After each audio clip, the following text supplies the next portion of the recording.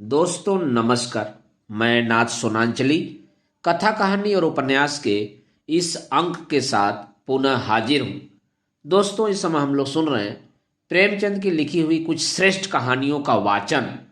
इस कड़ी में आज लीजिए सुनिए प्रेमचंद की लिखी हुई एक प्रसिद्ध कहानी नेउर का वाचन मेरे अर्थात नाथ सोनांचली के स्वर में। आकाश में चांदी के पहाड़ भाग रहे थे, टकरा रहे थे, गले मिल रहे थे, जैसे सूर्य मेघ संग्राम छिड़ा हुआ हो। कभी छाया हो जाती थी, कभी तेज धूप चमक उठती थी। बरसात के दिन थे, उमस हो रही थी, हवा बंद हो गई थी।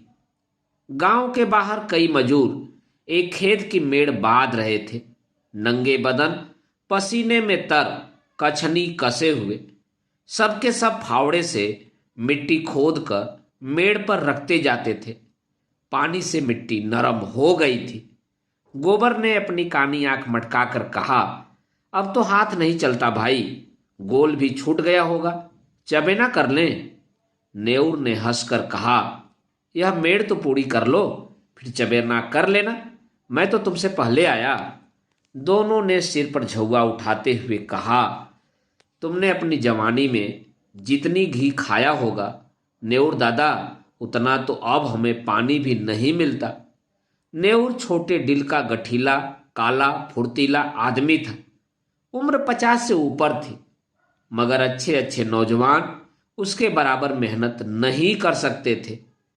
अभी उसको कुश्ती छोड़े 2-3 साल ही हुए थे। गोबर, नेउर दादा, तुम बिना तमाकू पिए कैसे रह जाते हो? यहाँ तो चाहे रोटी न मिले, लेकिन तमाकू के बिना नहीं रहा जाता। दीना, यहां से जाकर रोटी बनाओगे दादा? बुढ़िया कुछ नहीं करती? हमसे तो दादा ऐसी मेहरिया से एक दिन भी न पटे। नेउर के पिचक खिचड़ी मुखों से ढके मुख पर हास्य की स्मित रेखा चमक उठी, जिसने उसकी कुरूपता को और भी सुंदर बना दिया। बोला, जवानी तो उसी के साथ कटी है बेटा, अब उससे कोई काम नहीं होता तो क्या करूं? गोबर, तुमने उसे सिर चढ़ा रखा है, नहीं तो काम क्यों न करती? मजे से खाट पर बैठी चिलम पीती रहती है और सारे गांव से लड़ा करती है। तुम बूढ़े हो गए, लेकिन वह तो अभी जवान बनी है। दीना, जवान औरत उसकी क्या बराबरी करेगी? सिंदूर, टिकुली, काजल, मेहंदी में तो उसका मन बसता है। बिना किनारेदार रंगीन धोती के उसे कभी देखा ही नहीं। उस पर गहनों से भी जी नहीं भरता। तुम गऊ हो, इससे निबाह हो जाता है, नहीं तो अब तक गली गली ठोकरें खाती होती। गोबर, मुझे तो उसके बनाव सिंगार पर गुस्सा आता है। काम धंधा तो कुछ नहीं करेगी, पर खाने पहनने को अच्छा ही चाहिए। नेउर, तुम क्या जानो बेटा, जब वह आई थी तो मेरे घर 7 हल की खेती होती थी, रानी बनी बैठी रहती थी। जमाना बदल गया तो क्या हुआ, उसका मन तो वही है। घड़ी भर चूल्हे के सामने बैठ जाती है तो आंखें लाल हो जाती हैं और मुड़ थाम कर पड़ जाती है।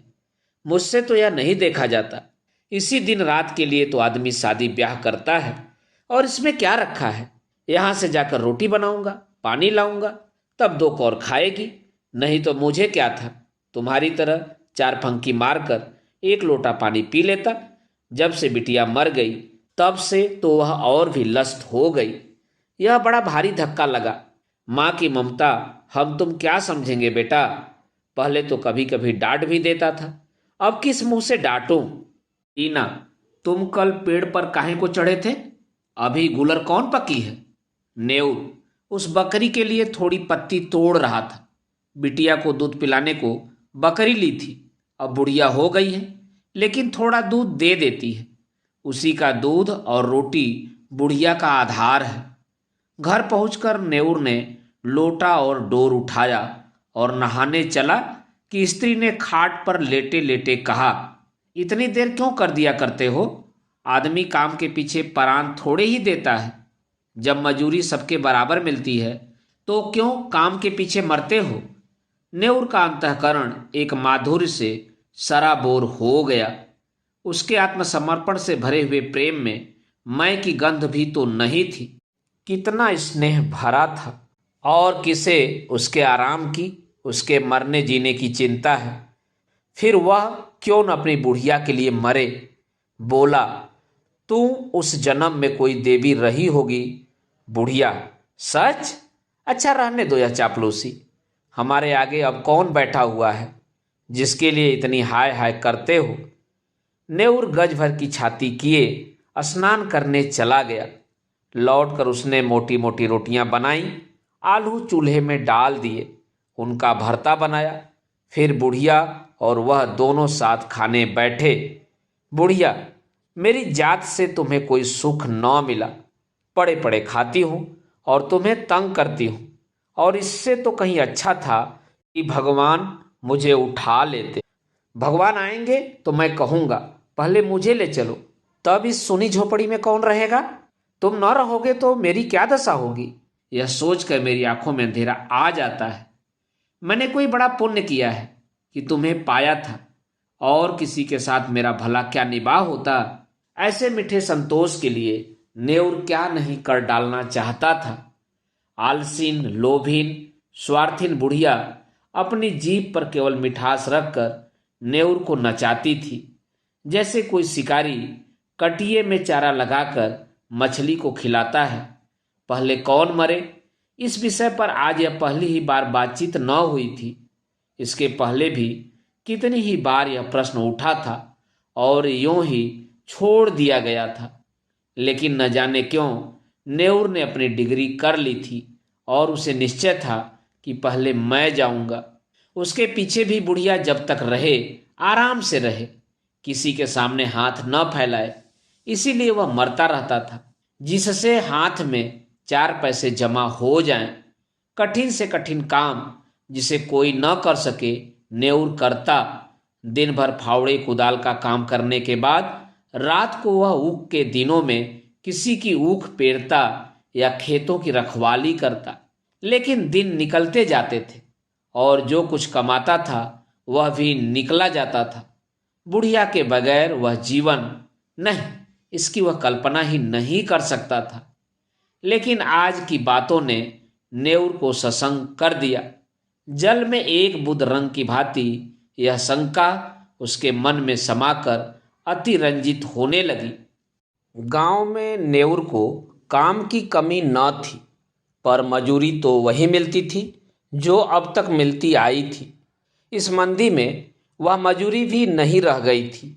एकाएक गांव में एक साधु कहीं से घूमते फिरते आ निकले और नेउर के घर के सामने ही पीपल की छांव में उनकी धुनी जम गई। गांव वालों ने अपना धन्य भाग समझा। बाबा जी का सेवा सत्कार करने के लिए सभी जमा हो गए। कहीं से लकड़ी आ गई, कहीं से बिछाने को कंबल, कहीं से आटा दाल। नेउर के पास क्या था, बाबा जी के लिए भोजन बनाने की सेवा उसने कर ली।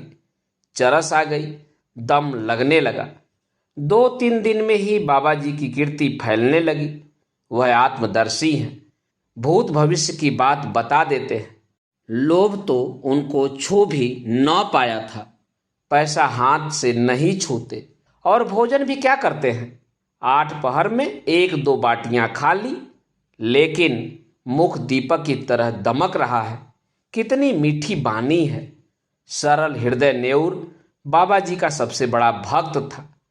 उस पर कहीं बाबा जी की दया हो गई तो पारस ही हो जाएगा, सारा दुख दलिद्र मिट जाएगा। भक्तजन एक एक करके चले गए थे। खूब कड़ाके की ठंड पड़ रही थी। केवल नेउर बैठा बाबा जी के पांव दबा रहा था। बाबा जी ने कहा, बच्चा, संसार माया है, इसमें क्यों फंसे हो। नेउर ने नतमस्तक होकर कहा, अज्ञानी हूं महाराज, क्या करूं। स्त्री है, उसे किस पर छोड़ूं। तू समझता है कि स्त्री का पालन तू करता है, और कौन सहारा है उसे बाबा जी। ईश्वर कुछ नहीं है, तू ही सब कुछ है। नेउर के मन में जैसे ज्ञान उदय हो गया। तू इतना अभिमानी हो गया है, तेरा इतना दिमाग। मजदूरी करते करते जान जाती है और तू समझता है मैं ही बुढ़िया का सब कुछ हूँ। प्रभु जो संसार का पालन करते हैं तो उनके काम में दखल देने का दावा करता है। उसका सरल हृदय द्रवित हो गया। आस्था की ध्वनि से उठकर उसे धिक्कारने लगी। बोला, अज्ञानी हूं महाराज। इससे ज्यादा वह और कुछ न कह सका। आंखों से दिन विषाद के आंसू गिरने लगे। बाबा जी ने तेजस्विता से कहा, देखना चाहता है ईश्वर का चमत्कार? वह चाहे तो क्षण भर में तुझे लखपति कर दे, क्षण भर में तेरी सारी चिंताएं हर लें। मैं उनका एक तुच्छ भक्त हूं, काक विष्ठा, लेकिन मुझ में भी इतनी शक्ति है कि मैं तुझे पारस बना दूं। तू साफ दिल का सच्चा ईमानदार आदमी है। मुझे तुझ पर दया आती है। मैंने इस गांव में सबको ध्यान से देखा, किसी में शक्ति नहीं, विश्वास नहीं। तुझ में मैंने भक्त का हृदय पाया। तेरे पास कुछ चांदी है? नेउर को जान पड़ रहा था कि सामने स्वर्ग का द्वार है। 10-5 रुपए होंगे महाराज। कुछ चांदी के टूटे फूटे गहने नहीं हैं? घर वाली के पास कुछ गहने हैं। कल रात को जितनी चांदी मिल सके यहाँ ला और ईश्वर की प्रभुता देख। तेरे सामने मैं चांदी की हाड़ी में रखकर इसी धूनी में रख दूंगा। प्रातः काल आकर हाड़ी निकाल लेना, मगर इतना याद रखना कि उन असरफियों को अगर शराब पीने में, जुआ खेलने में या किसी दूसरे बुरे काम में खर्च किया तो कोढ़ी हो जाएगा। अब जा सो रह। हाँ, इतना और सुन ले, इसकी चर्चा किसी से मत करना, घर वालों से भी नहीं। नेउर घर चला तो ऐसा प्रसन्न था मानो ईश्वर का हाथ उसके सिर पर है। रात भर उसे नींद नहीं आई। सवेरे उसने कई आदमियों से 2-2, 4-4 रुपए उधार लेकर 50 रुपए जोड़े। लोग उसका विश्वास करते थे, कभी किसी का पैसा भी न दबाता था। वादे का पक्का, नीयत का साफ। रुपए मिलने में दिक्कत न हुई। 25 रुपए उसके पास थे। बुढ़िया से गहने कैसे ले? चाल चली, तेरे गहने बहुत मैले हो गए हैं, खटाई से साफ कर ले। रात भर खटाई में रहने से नए हो जाएंगे। बुढ़िया चकमे में आ गई। हाड़ी में खटाई डालकर गहने भिगो दिए और जब रात को वह सो गई तो नेउर ने रुपए भी उसी हाड़ी में डाल दिए और बाबा जी के पास पहुंचा। बाबा जी ने कुछ मंत्र पढ़ा, हाड़ी को धूनी की राख में रखा और नेउर को आशीर्वाद देकर विदा किया। रात भर करवटें बदलने के बाद नेउर मुंह अधेरे बाबा के दर्शन करने गया, मगर बाबा जी का वहां पता नहीं था। अधीर होकर उसने धूनी की जलती हुई राख टटोली। हाड़ी गायब थी। छाती धक धक करने लगी। बदहवास होकर बाबा को खोजने लगा। हाट की तरफ गया, तालाब की ओर पहुंचा। 10 मिनट, 20 मिनट, आधा घंटा, बाबा का कहीं निशान नहीं। भक्त आने लगे, बाबा कहाँ गए? कंबल भी नहीं, बर्तन भी नहीं। भक्त ने कहा, रमते साधुओं का क्या ठिकाना, आज यहाँ कल वहाँ, एक जगह रहे तो साधु कैसे? लोगों से हेलमेल हो जाए, बंधन में पड़ जाएं। सिद्ध थे, लोभ तो छू नहीं गया था। नेउर कहाँ है? उस पर बड़ी दया करते थे, उससे कह गए होंगे। नेउर की तलाश होने लगी, कहीं पता नहीं। इतने में बुढ़िया नेउर को पुकारती हुई घर से निकली। फिर कोलाहल मच गया। बुढ़िया रोती थी और नेउर को गालियां देती थी। नेउर खेतों की मेड़ों से बेतहासा भागता चला जाता था, मानो उस पापी संसार से निकल जाएगा। एक आदमी ने कहा, नेउर ने कल मुझसे 5 रुपए लिए थे, आज सांझ को देने को कहा था। दूसरा, हमसे भी 2 रुपए आज ही के वादे पर लिए थे। बुढ़िया रोई, दाढ़ीजार मेरे सारे गहने ले गया। 25 रुपए रखे थे, वह भी उठा ले गया। लोग समझ गए बाबा कोई धूर्त था, नेउर को झांसा दे गया। संसार में ऐसे ऐसे ठग पड़े हैं। नेउर के बारे में किसी को ऐसा संदेह नहीं था। बेचारा सीधा आदमी आ गया पट्टी में, मारे लाज के कहीं छिपा बैठा होगा। 3 महीने गुजर गए। झांसी जिले में धसान नदी के किनारे एक छोटा सा गांव है, काशीपुर। काशीपुर नदी के किनारे एक पहाड़ी टीला है। उसी पर कई दिन से एक साधु ने अपना आसन जमाया है। नाटे कद का आदमी है, काले तवे का सा रंग, देह गठी हुई। यह नेउर है जो साधु वेश में दुनिया को धोखा दे रहा है। वही सरल निष्कपट नेउर है जिसने कभी पराये माल की ओर आंख नहीं उठाई, जो पसीने की रोटी खाकर मग्न था। घर की, गांव की और बुढ़िया की याद एक क्षण भी उसे नहीं भूलती। इस जीवन में फिर कोई दिन आएगा कि वह अपने घर पहुंचेगा और फिर उस संसार में हंसता खेलता अपनी छोटी छोटी चिंताओं और छोटी छोटी आशाओं के बीच आनंद से रहेगा। वह जीवन कितना सुखमय था।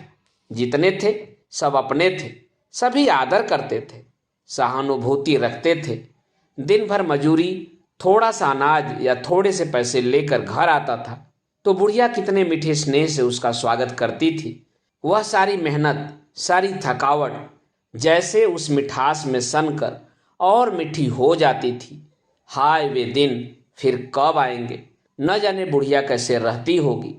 कौन उसे पान की तरफ फेरेगा, कौन उसे पकाकर खिलाएगा। घर में पैसा भी तो नहीं छोड़ा, गहने तक डुबो दिए। तब उसे क्रोध आता कि उस बाबा को पा जाए तो कच्चा ही खा जाए। हाय लोभ। उसके अनन्य भक्तों में एक सुंदरी युवती भी थी जिसके पति ने उसे त्याग दिया था। उसका बाप फौजी पेंशनर था। एक पढ़े लिखे आदमी से लड़की का विवाह किया, लेकिन लड़का माँ के कहने में था और युवती की अपनी सास से न पड़ती। वह चाहती थी पति के साथ सास से अलग रहे। पति अपनी माँ से अलग होने पर राजी न हुआ। वह रूठकर मैके चली आई।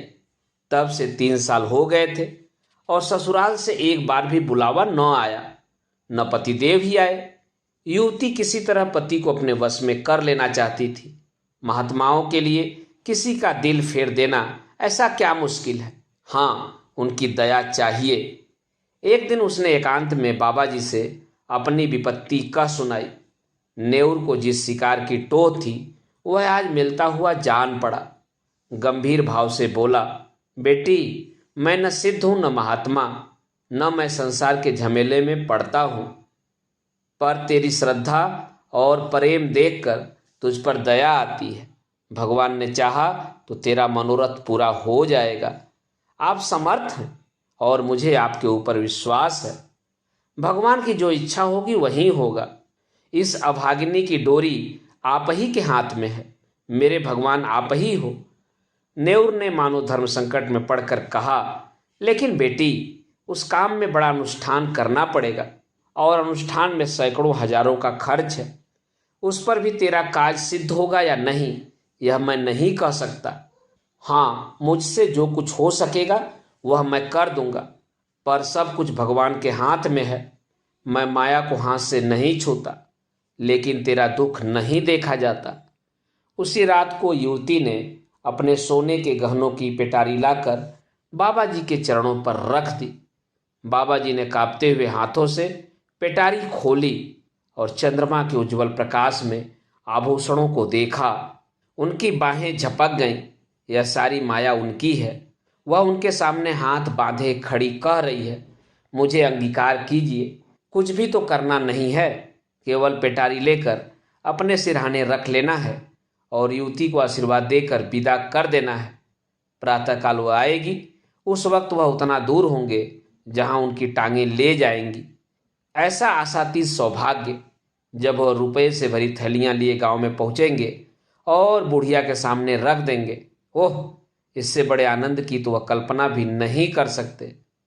लेकिन न जाने क्यों इतना जरा सा काम भी उससे नहीं हो सकता था। वह पेटारी को उठाकर अपने सिरहाने कंबल के नीचे दबाकर नहीं रख सकता। है कुछ नहीं, पर उसके लिए असूझ है, असाध्य है। वह उस पेटारी की ओर हाथ भी नहीं बढ़ा सकता। इतना कहने में कौन सी दुनिया उल्टी जाती है कि बेटी इसे उठाकर इस कंबल के नीचे रख दे।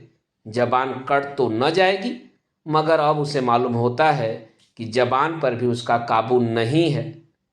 आंखों के इशारे से भी वह काम हो सकता है, लेकिन इस समय आंखें भी बगावत कर रही हैं। मन का राजा इतने मंत्रियों और सामंतों के होते हुए भी अशक्त है, निरीह है। लाख रुपए की थैली सामने रखी हो, नंगी तलवार हाथ में हो, गाय मजबूत रस्सी के सामने बंधी हो, क्या उस गाय की गर्दन पर उसके हाथ उठेंगे? कभी नहीं। कोई उसकी गर्दन भले ही काट ले, वह गऊ की हत्या नहीं कर सकता। वह परित्यागता उसे उसी गऊ की तरह लग रही थी। जिस अवसर को वह 3 महीने से खोज रहा था, उसे पाकर आज उसकी आत्मा कांप रही है। तीक्ष्णा किसी वन जंतु की भांति अपने संस्कार से आखेट प्रिय है, लेकिन जंजीरों से बंधे बंधे उसके नख गिर गए हैं और दांत कमजोर हो गए हैं। उसने रोते हुए कहा, बेटी, पेटारी उठा ले जाओ, मैं तुम्हारी परीक्षा कर रहा था, मनोरथ पूरा हो जाएगा। चांद नदी के पार वृक्षों की गोद में विश्राम कर चुका था। नेउर धीरे से उठा और धसान में स्नान करके एक ओर चल दिया। बभूत और तिलक से उसे घृणा हो रही थी। उसे आश्चर्य हो रहा था कि वह घर से निकला ही कैसे। थोड़े उपहास के भय से उसे अपने अंदर एक विचित्र उल्लास का अनुभव हो रहा था, मानो वह बेड़ियों से मुक्त हो गया हो, कोई बहुत बड़ी विजय प्राप्त की हो। 8वें दिन नेउर गांव पहुंच गया। लड़कों ने दौड़कर उछल कूद कर उसकी लकड़ी उसके हाथ से लेकर उसका स्वागत किया। एक लड़के ने कहा, काकी तो मर गई दादा। नेउर के पांव जैसे बंध गए, मुंह के दोनों कोने नीचे झुक गए। दिन विषाद आंखों में चमक उठी। कुछ बोला नहीं, कुछ पूछा भी नहीं।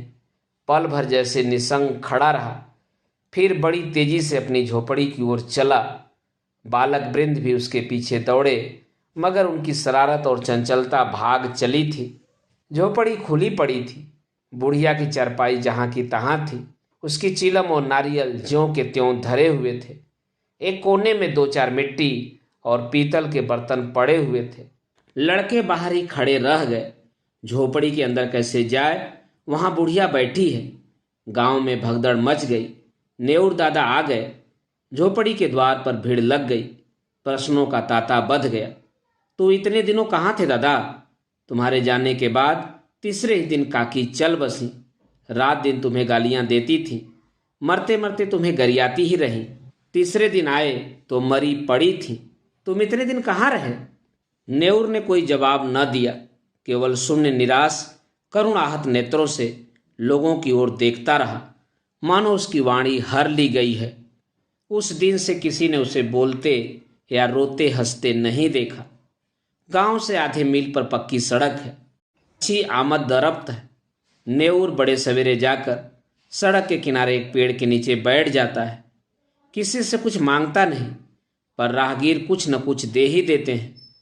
चबेना, अनाज, पैसे। संध्या समय वह अपनी झोपड़ी में आ जाता है, चिराग जलाता है, भोजन बनाता है, खाता है और उसी खाट पर पड़ा रहता है। उसके जीवन में जो एक संचालक शक्ति थी वह लुप्त हो गई है। वह अब केवल जीवधारी है। कितनी गहरी मनोव्यथा है। गांव में प्लेग आया। लोग घर छोड़ छोड़कर भागने लगे। नेउर को अब किसी की परवाह न थी, न किसी को उससे भय था, न प्रेम। सारा गांव भाग गया। नेउर अपनी झोपड़ी से न निकला और आज भी वह उसी पेड़ के नीचे सड़क के किनारे उसी तरह मौन बैठा हुआ नजर आता है, निश्चेष्ट, निर्जीव। दोस्तों, अभी आप सुन रहे थे प्रेमचंद की लिखी हुई कहानी नेउर का वाचन मेरे अर्थात नाथ सोनांचली के स्वर में। दोस्तों, और भी किस्से, कहानी और उपन्यास सुनने के लिए आप मेरे साथ जुड़े रहें। धन्यवाद। नमस्कार।